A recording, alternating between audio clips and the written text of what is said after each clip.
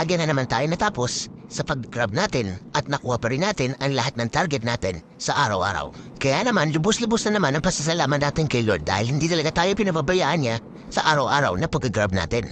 At last Thursday, kumita tayo ng $204.20 equivalent to 43 orders. At pagdating ng Friday, kumita naman tayo ng $220 equivalent to 47 orders. At ng Saturday ay $220.40 equivalent to 49 orders. At nakuha din natin ang lahat ng highest incentive ni Grab ng 3 araw na pag-grab natin. At sa 3 araw lang na pag-grab natin ay kumita na kada tayo ng 35,500 pesos. At meron pa tayong natitirang 1 araw para mag-grab sa buwan ng July. At pagkatapos nun ay mag-withdraw na naman tayo ng tinita natin sa month of July. At sa mga bago pa lang po nakakaparad ng video natin, sana po pakiclick ng follow para na matagdagan ng subscriber natin at mapansin tayo ni Uncle Meta. At bago ko po makalimutan, thank you Lord for all the blessings at thank you rin po sa lahat ng mga sumusuporta at nanonood ng ating video.